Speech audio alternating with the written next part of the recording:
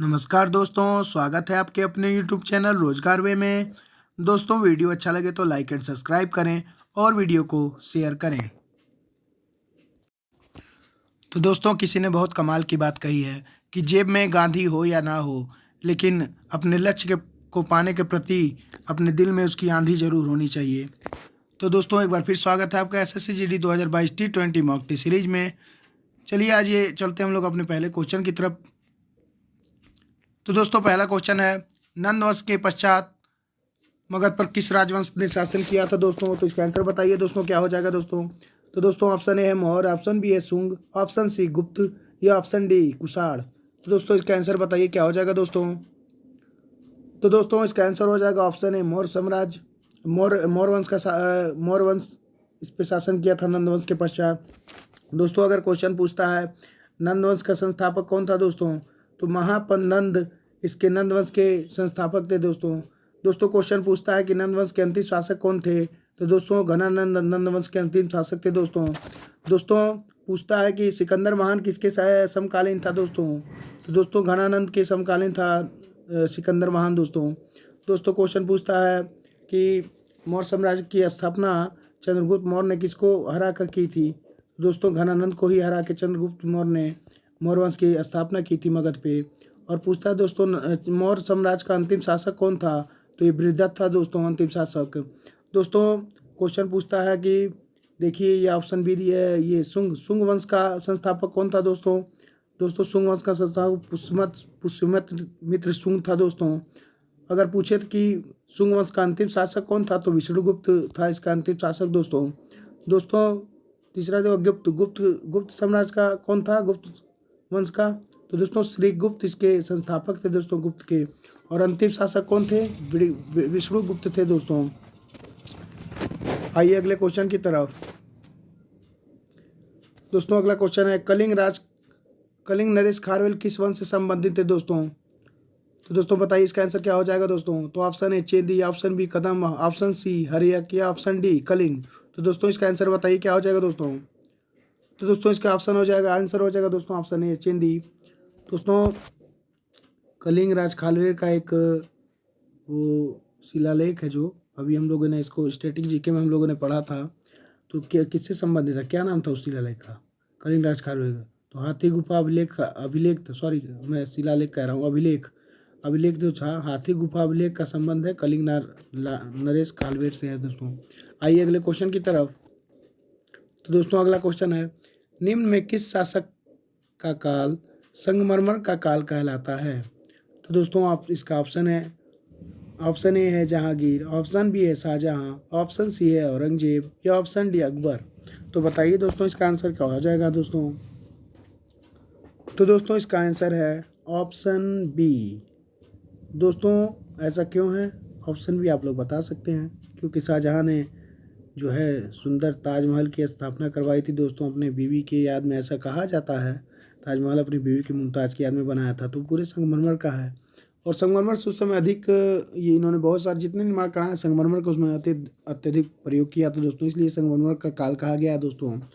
दोस्तों, क्वेश्चन पूछता है, ये मुगल काल में सबसे ज़्यादा क्वेश्चन जो पूछता है, पहले पूछता है कि मैं बता दे रहा हूँ उसके बारे में। एक पूछता है जजिया कर दोस्तों। तो जजिया कर जब पूछता है कि प्रथम बार जजिया कर कौन लगाया था भारत में, तो दोस्तों प्रथम बार जजिया कर मोहम्मद बिन तुगलक ने लगाया था। दोस्तों, क्वेश्चन पूछता है किसने ब्राह्मणों पर भी जजिया कर लगा दिया था दोस्तों? तो दोस्तों, ब्राह्मणों पर जजिया कर फिरोज शाह तुगलक ने लगा दिया था। दोस्तों, पूछता है कि किसने जजिया कर को समाप्त कर दिया था दोस्तों? तो दोस्तों, अकबर ने जजिया कर को समाप्त कर दिया था दोस्तों। दोस्तों, क्वेश्चन पूछता है कि पुनः किसने जजिया कर फिर लगा दिया भारतीयों पे? तो दोस्तों, औरंगजेब था, क्रूर था ये बहुत शासक। औरंगजेब ने पुनः जजिया कर को लगा दिया था दोस्तों। अंतिम रूप से किसने समाप्त कर दिया था जजिया कर को? तो मोहम्मद शाह ने अंतिम रूप से जजिया कर को समाप्त कर दिया था दोस्तों। दोस्तों, इस तरीके से देखना। और पूछता है दोस्तों जहांगीर के बारे में, जहांगीर के बचपन का नाम क्या था दोस्तों? तो बचपन का नाम इसका सलीम था दोस्तों। और लाल किला की स्थापना किसने करवाई थी? तो शाहजहां ने ही करवाई थी दोस्तों। और मोती मस्जिद का हमेशा पूछता है, मोती मस्जिद कहाँ पे है दोस्तों? तो लाल किला में है। इसका भी स्थापना दोस्तों यही करवाया था शाहजहां ही, और लाल किला का स्थापना भी यही कर और ताजमहल भी शाहजहाँ ने ही बनवाया था दोस्तों। और बताइए कि अकबर ने क्या किया था। अकबर के बारे में क्या क्या हम लोग जान सकते हैं। तो अकबर के बारे में हम लोग यही जानते हैं दोस्तों। तो जो है कि दिल्ली में जो हुमायूं का मकबरा है तो दोस्तों वो अकबर ने ही बनवाया था। आगरा का किला अकबर ने ही बनवाया दोस्तों। पूछता है अकबर के बारे में अक्सर कि दिन ए इलाही धर्म की स्थापना की शुरुआत किसने की थी। तो अकबर ने ही की थी दोस्तों। और पूछता है कि अकबर के बारे में, हाँ इंपॉर्टेंट क्वेश्चन ये है कि हुमायूं के मृत्यु के समय अकबर कहाँ का शासक था। तो ये कालानौर का शासक था अकबर। वो ये चारों पॉइंट जो है बहुत इंपॉर्टेंट है। ये अक्सर पूछता है कि हुमायूं के मृत्यु के समय अकबर कहाँ का शासक था। तो कालानौर का शासक था दोस्तों। दोस्तों क्वेश्चन पूछता है कि कि सबसे पहले तो ये जानिए कि अकबर के लड़के का नाम बताइए क्या था। अकबर के लड़के का नाम क्या था दोस्तों। तो अकबर के लड़के का नाम था जहांगीर, और जहांगीर के लड़के का नाम था शाहजहां, और फिर शाहजहां के लड़के का नाम औरंगजेब था दोस्तों। पूछता है अकबर के पिता का नाम हुमायूं, और हुमायूं किसका था, बाबर का था दोस्तों। तो ये मुगल काल ऐसे पूछता है लिस्ट लगा के कि मुगल काल में जो शासक थे उसका नंबर वाइज बताने के लिए जब पूछता है तो ऐसे हम लोग याद रखेंगे दोस्तों। आइए अगले क्वेश्चन की तरफ। स्वामी विवेकानंद का मूल नाम क्या था दोस्तों। तो बताइए इसका आंसर क्या हो जाएगा। नरेंद्र दत्त, या बटुकेश्वर दत्त, या कृष्ण दत्त, या सुरेंद्र दत्त। बताइए इसका आंसर क्या हो जाएगा दोस्तों। तो दोस्तों इसका आंसर हो जाएगा ऑप्शन ए नरेंद्र दत्त। आइए अगले क्वेश्चन की तरफ। भारतीय राष्ट्रीय कांग्रेस के संस्थापक थे कौन थे। कौन मतलब क्या थे ये पूछ रहा है यहाँ पे। इस क्वेश्चन में पूछ रहा है कि भारतीय राष्ट्रीय कांग्रेस के संस्थापक एक थे, क्या थे। यहाँ पे थे था क्वेश्चन में, मैंने देखिए यहाँ मिसप्रिंट हो गया है। यहाँ एक थे तो क्या थे ये। असैनिक सेवक थे, या मिलिट्री कमांडर थे, या सामाजिक कार्यकर्ता थे, या वैज्ञानिक थे। तो क्या थे बताइए। तो दोस्तों ये असैनिक सेवक थे। और ये उस समय जब जब ये कांग्रेस की स्थापना हो रही थी तो उस समय के ये वो थे। और ये इंग्लैंड में शायद, हाँ ब्रिटिश IPS अफसर थे, रिटायर हो चुके थे। तो वही लिखा हुआ है सैनिक सेवक थे। इसका आंसर हो जाएगा दोस्तों। और पूछता है कि कांग्रेस की जब स्थापना हुई थी तो इसके उस समय कौन थे अध्यक्ष, महासचिव, या उसको संस्थापक कौन थे। तो दोस्तों वो थे ये एलन एक्टिव ह्यूम थे। ये ह्यूम उसको बोला जाता है शॉर्टकट में। दोस्तों पूछता है कि पहली बार कांग्रेस की स्थापना कब हुई थी। सबसे पहले तो ये जान लेते हैं।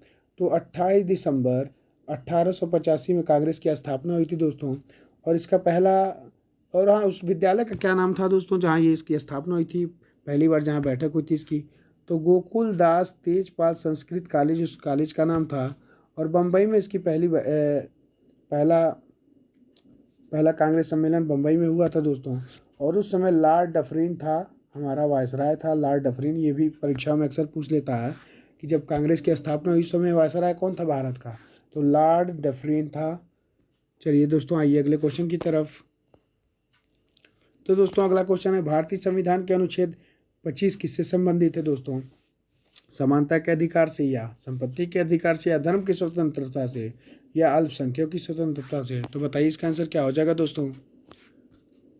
तो दोस्तों इसका आंसर हो जाएगा दोस्तों ऑप्शन 25। तो इसका आंसर हो जाएगा ऑप्शन सी, धर्म की स्वतंत्रता से था।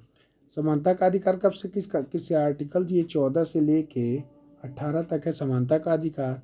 संपत्ति का अधिकार दोस्तों पहले था ये 31 में, संपत्ति का अधिकार था 31 में, लेकिन इसको संविधान संशोधन 44वें संविधान संशोधन द्वारा 300 कम में डाल दिया गया है। और ये अब संपत्ति का अधिकार ना होकर ये एक विधिक अधिकार हो गया है दोस्तों। धर्म की स्वतंत्रता किस आर्टिकल से है, किसकी तो 25 से लेके आर्टिकल 25 से 28 तक धर्म की विशेषता की बात किए गए हैं। अल्पसंख्यकों के स्वतंत्रता का अधिकार आर्टिकल 29 और 30 में अल्पसंख्यकों की स्वतंत्रता का अधिकार बताया गया है दोस्तों। आइए अगले क्वेश्चन की तरफ। भारत में मान्यता प्राप्त स्टॉक एक्सचेंज की संख्या कितनी है। तो ये भी बहुत बार SSC की खास तौर से परीक्षा में बहुत ज़्यादा ये क्वेश्चन पूछा है बहुत बार, तो इसको मैंने वहाँ से लिया है।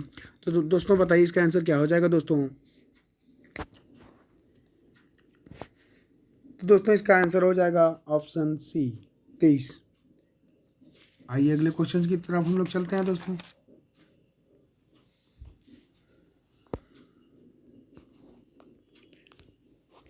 दोस्तों अगला क्वेश्चन है, भारतीय संसद में शामिल है, तो क्या शामिल है इसमें? केवल लोकसभा, केवल राज्यसभा, या केवल लोकसभा या राज्यसभा, या लोकसभा राज्यसभा या राष्ट्रपति? बताइए कौन कौन शामिल है भारतीय संसद में।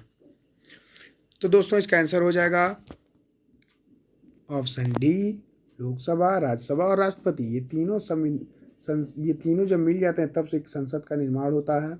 और बताइए आप लोग कि लोकसभा किस आर्टिकल में है, हमने बता चुका है प्रीवियस में। तो दोस्तों लोकसभा है 81वें आर्टिकल में। अक्सर क्वेश्चन पूछता है लोकसभा बनने के लिए न्यूनतम आयु कितनी चाहिए, तो 25 वर्ष चाहिए। लोकसभा का कार्यकाल कितना वर्ष होता है, तो 5 वर्ष होता है दोस्तों। राज्यसभा किस आर्टिकल में है, तो राज्यसभा दोस्तों 80वें आर्टिकल में है।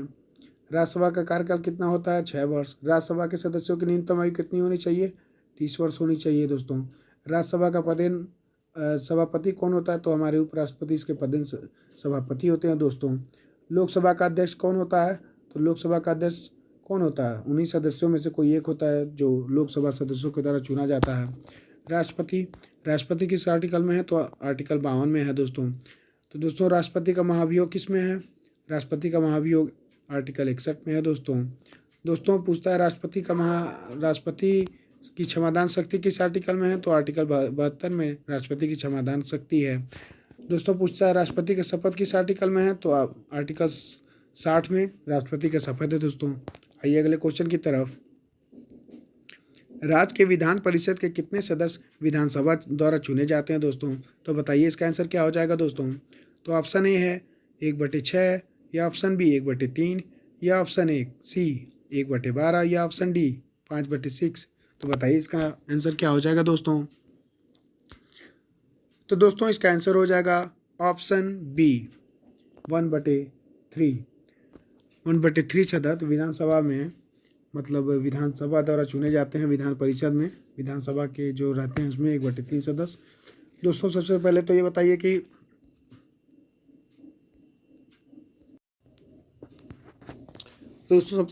बताइए कि सबसे ज़्यादा विधानसभा सीटें जो हैं किस राज्य में है दोस्तों। ये क्वेश्चन अक्सर पूछता है। तो सबसे ज़्यादा विधानसभा सीटें हैं हमारे उत्तर प्रदेश राज्य में हैं दोस्तों। 404 विधानसभा सीटें हैं दोस्तों। यहाँ पे सबसे ज़्यादा विधान परिषद की भी सीटें हैं दोस्तों। यहाँ पे सबसे ज़्यादा विधान परिषद की भी सीटें हैं। विधान परिषद की सीटें हैं 100 सीटें हैं। और लोकसभा सीट कितनी है यूपी में, तो 80 लोकसभा सीट है। राज्यसभा सीट कितनी है, तो 31 राज्यसभा सीट है दोस्तों। अगर क्वेश्चन पूछता है कि विधानसभा और विधानमंडल विधान परिषद किस किस राज्य में है दोस्तों, तो दोस्तों विधान परिषद हमारे पूरे भारत में 6 राज्य में ही है दोस्तों। अब तक अभी 2-3 राज्यों में लागू भी होने वाला है, वो जब आएगा तो नाम बता दिया जाएगा आप लोग को। लेकिन आंध्र प्रदेश में विधान परिषद है, बिहार में विधान परिषद है, कर्नाटक में विधान परिषद है, महाराष्ट्र में विधान परिषद है, तेलंगाना में विधान परिषद है, और यूपी में विधान परिषद है दोस्तों। एक इसका ट्रिक होता है तेल भी का यूपी में, तो विधान परिषद ये आपको छः राज्य हैं जो, तो आपको पता चल जाएगा ये विधान परिषद इस 6 राज्यों में ये इसका ट्रिक एक होता है तेल विका यूपी में। आप लोग याद कर लेंगे इसको। और दोस्तों आइए अगले क्वेश्चन की तरफ। दोस्तों अगला क्वेश्चन है, किसी क्षेत्र को अनुसूचित जाति और जनजाति क्षेत्र घोषित करना किसके अधिकार में आता है, ये बताइए। राष्ट्रपति के अधिकार में आता है, या उपराष्ट्रपति के, या प्रधानमंत्री के, या गृह मंत्री के? तो बताइए इसका आंसर क्या हो जाएगा दोस्तों। तो दोस्तों इसका आंसर हो जाएगा ऑप्शन ए दोस्तों, राष्ट्रपति के अधिकार में होता है दोस्तों क्वेश्चन पूछता है कि कहाँ कहाँ पे अनुसूचित जाति निवास नहीं करती हैं। अनुसूचित जाति जो है अभी अनुसूचित जाति कहाँ कहाँ निवास नहीं करती हैं, तो दोस्तों नागालैंड में, अरुणाचल प्रदेश में, लक्षद्वीप में और अंडमान निकोबार में कोई भी अनुसूचित जाति निवास नहीं करती है दोस्तों। और पूछता है तो सर्वाधिक अनुसूचित जाति कहाँ निवास करती है, दोस्तों दिल्ली में निवास करती है। ये संघ शासित जो प्रदेश केंद्र शासित प्रदेश चंडीगढ़ में निवास करती है। अगर पूछता है किस राज्य में सबसे अधिक निवास करती है, तो हमारे यूपी में निवास करती है सबसे अधिक अनुसूचित जाति। दोस्तों अगर पूछता है अनुसूचित जनजाति किस राज्य में सबसे अधिक निवास करती है, तो दोस्तों एमपी में, मध्य प्रदेश में अनुसूचित जनजाति मध्य प्रदेश राज्य में सबसे ज़्यादा निवास करती है। पूछता है कि संघीय क्षेत्र में, कहने का मतलब है केंद्र शासित जो प्रदेश हैं उसमें सर्वाधिक अनुसूचित जनजाति कहाँ कहाँ पे हैं, तो दोस्तों दादर एवं नागर हवेली में है, और लक्षद्वीप में अनुसूचित जनजाति सबसे अधिक हैं। दोस्तों पूछता है कि कहाँ पे नहीं है, कहाँ पे नहीं है, बताइए इसका आंसर। तो दोस्तों कहाँ पे नहीं है अगर पूछे तो पंजाब में एक भी नहीं है, हरियाणा में, दिल्ली में, चंडीगढ़, पांडिचेरी में एक भी अनुसूचित जनजाति नहीं है। दोस्तों आइए अगले क्वेश्चन की तरफ। तो दोस्तों अगला क्वेश्चन है, 1 रुपये के नोट पे किसके हस्ताक्षर होते हैं? ये बहुत बार क्वेश्चन ये भी पूछा हुआ है, तो बताइए इसका आंसर क्या हो जाएगा दोस्तों। वित्त मंत्री के, आरबीआई गवर्नर के, या वित्त मंत्री के सचिव के, या इनमें से कोई नहीं। बताइए इसका आंसर क्या हो जाएगा दोस्तों। तो दोस्तों इसका आंसर हो जाएगा ऑप्शन सी, वित्त मंत्री के सचिव के हस्ताक्षर होते हैं। और दोस्तों बताइए आरबीआई गवर्नर पे किस पे? तो ये जितने सारे नोट हैं 1 रुपये के अलावा उन पे सब पे आरबीआई गवर्नर के हस्ताक्षर होते हैं। आइए अगले क्वेश्चन की तरफ। तो दोस्तों अगला क्वेश्चन है, बैंक दर में परिवर्तन से क्या प्रभावित होता है दोस्तों। तो ऑप्शन ए है ब्याज की बाजार दर, ऑप्शन बी निवेश के लिए चुनिंदा उद्योग, ऑप्शन सी ऋण देने वाले बैंक, या ऑप्शन डी नकदी आरक्षण पद। बताइए इसका आंसर क्या हो जाएगा दोस्तों। तो दोस्तों इसका आंसर हो जाएगा ब्याज की बाजार दर। बैंक दर में परिवर्तन से क्या होता है? ब्याज की बाजार दर में, बैंक दर में परिवर्तन से प्रभावित होता है ब्याज की बाजार दर। बाजार में जितने भी सारे ब्याज हो प्रभावित हो जाता है बैंक दर से। सबसे पहले तो ये जान लेते हैं कि बैंक दर होता क्या है। तो दोस्तों बैंक दर वह दर होती है जिस पे आरबीआई जो है आवश्यकता पड़ने पर व्यापारिक बैंकों को दीर्घकालीन ऋण देता है। ये हमेशा याद रखिएगा। बैंक दर में कौन आरबीआई क्या देता है? व्यापारिक बैंकों को कौन सा ऋण देता है? तो दीर्घकालीन ऋण देता है बैंक दर से। आरबीआई जब देता है बैंक दर से तो व्यापारिक बैंकों को दीर्घकालीन ऋण देता है। और पूछता है दोस्तों कि अब इसी पे आ जाते हैं हम लोग कि रेपो रेट क्या होता है दोस्तों। तो रेपो रेट भी वही होता है जब आरबीआई व्यापारिक बैंकों को अल्पकालीन ऋण देती है। जब व्यापारी बैंकों को आरबीआई जब अल्पकालीन ऋण देती है तो रेपो रेट होता है दोस्तों। रिवर्स रेपो रेट क्या होता है दोस्तों? आरबीआई जब आरबीआई के पास जब व्यापारी बैंक जो धन जमा किए होते हैं तो आरबीआई को जो ब्याज देना होता है जब जमा करेंगे व्यापारी बैंक, तो आरबीआई को जो ब्याज धन जो ये जमा किए उस पर ब्याज देना होगा, तो उस ब्याज को ही कहते हैं रिवर्स रेपो रेट दर। तो आप लोग कमेंट बॉक्स में बताइए कि इस समय क्या है, रिवर्स रेपो रेट दर क्या है इस समय और रेपो रेट दर क्या है। आप लोग कमेंट बॉक्स में जरूर बताइएगा। आइए अगले क्वेश्चन की तरफ। दोस्तों अगला क्वेश्चन है, नीति निर्देशक तत्व के महत्व किसके लिए हैं? तो ये तो बहुत ही आसान क्वेश्चन है, इसको तो आप लोग जानते ही होंगे। तो नागरिकों के लिए, राज्य के लिए, समाज के लिए, संघ के लिए। तो दोस्तों इसका आंसर हो जाएगा ऑप्शन बी, राज्य के लिए। दोस्तों क्वेश्चन पूछता है नीति निर्देशक तत्व कहाँ से लिए गए हैं दोस्तों। तो बताइए इसका आंसर क्या हो जाएगा। इसका कमेंट बॉक्स में आप लोग जरूर बताएंगे दोस्तों। आइए अगले क्वेश्चन की तरफ। चंद्रमा पृथ्वी का एक चक्कर कितने दिनों में लगाता है? तो बताइए इसका आंसर क्या हो जाएगा। 28 दिनों में, या 30 दिनों में, या 27 दिनों में, या 28 दिनों में? 28.3 दिनों में। तो बताइए इसका एग्जैक्ट आंसर क्या होगा दोस्तों। तो दोस्तों इसका आंसर हो जाएगा ऑप्शन सी, 27.3 दिन में लगाता है दोस्तों चंद्रमा पृथ्वी का एक चक्कर। आइए अगले क्वेश्चन की तरफ। भूपृष्ठ की किस परत में बैसाल्ट चट्टानों की अधिकता होती है दोस्तों। तो बताइए इसका आंसर क्या हो जाएगा दोस्तों। तो दोस्तों इसका आंसर हो जाएगा दोस्तों, इसका आंसर है सीमा। सीमा की बहुत अधिकता, सीमा भूपृष्ठ की सीमा जो होता है भूपृष्ठ के अंदर, सियाल सबसे, या पृथ्वी का सबसे, सियाल जो है पृथ्वी का सबसे ऊपरी भाग है दोस्तों। और इसमें सिलिका एवं एल्युमिनियम की मात्रा ज़्यादा पाई जाती है। सिलिका सीमा उससे जो नीचे होता है दूसरी परत जो होती है उसमें पाया जाता है। पृथ्वी की दूसरी परत मानी जाती है सीमा को। और इसमें सिलिकॉन एवं मैग्नीशियम की अधिकता होती है दोस्तों। और बैसाल्ट चट्टानों की इसी में पाई जाती है दोस्तों, सीमा में ही बैसाल्ट चट्टानों की अधिकता पाई जाती है दोस्तों। नीफे पृथ्वी का एकदम केंद्रीय भाग होता है दोस्तों, और यहीं पे लोहा और निकल पाया जाता है दोस्तों। आइए अगले क्वेश्चन की तरफ हम लोग चलते हैं दोस्तों। तो दोस्तों अगला क्वेश्चन है, गजलों का जनक किसे कहा जाता है। तो दोस्तों गजलों का जनक कहा जाता है मिर्जा गालिब को, या अमीर खुसरो को, या बहादुर शाह जफर को, और या उमर खयाम को। तो बताइए इसका आंसर क्या हो जाएगा। तो दोस्तों इसका आंसर हो जाएगा ऑप्शन ए, मिर्जा गालिब को ही कहा जाता है गजलों का जनक। अमीर खुसरो के बारे में कुछ बताइए दोस्तों। तो अमीर खुसरो किसके दरबारी कवि था दोस्तों। ये अलाउद्दीन खिलजी का दरबारी कवि था, ये अमीर खुसरो था। पूछता है दोस्तों 8 सुल्तानों का काल किसने देखा था। तो यही देखा था अमीर खुसरो ने ही। दोस्तों पूछता है कि तुताए हिंद किसका उपनाम है। तो अमीर खुसरो का ही तोताए हिंद उपनाम है दोस्तों। बहादुर शाह जफर कौन था? तो दिल्ली का मुगल वंश का सबसे आखिरी शासक था दोस्तों। आइए अगले क्वेश्चन की तरफ।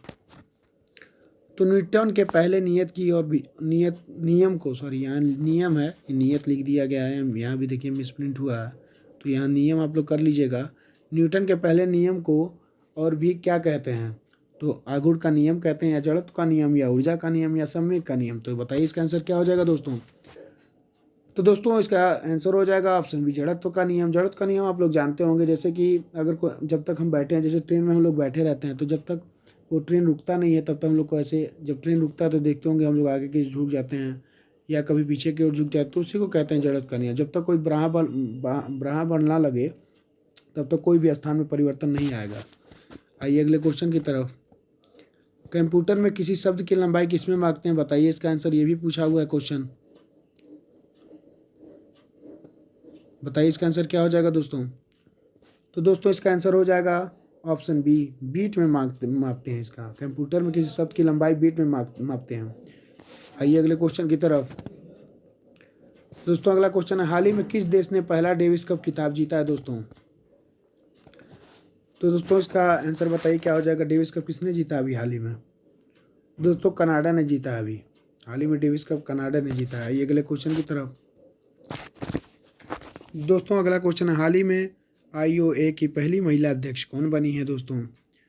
तो ऑप्शन है मैरी कॉम, या PV सिंधु, या PT उषा, या मिताली राज। तो बताइए इसका आंसर क्या हो जाएगा दोस्तों? तो दोस्तों इसका आंसर हो जाएगा ऑप्शन सी, PT उषा बनी है, IOA की पहली महिला अध्यक्ष बनी है। तो दोस्तों इस तरीके से देखा हम लोगों ने आज के सारे 20 क्वेश्चन, और इसका आप लोग एनालिसिस करके कमेंट बॉक्स में अपना स्कोर जरूर बता दिया कीजिए। चलिए हम लोग मिलते हैं कल के एक नए प्रैक्टिस सेशन के साथ, एक नए क्वेश्चन के साथ। तब तक के लिए नमस्कार, bye bye and take care.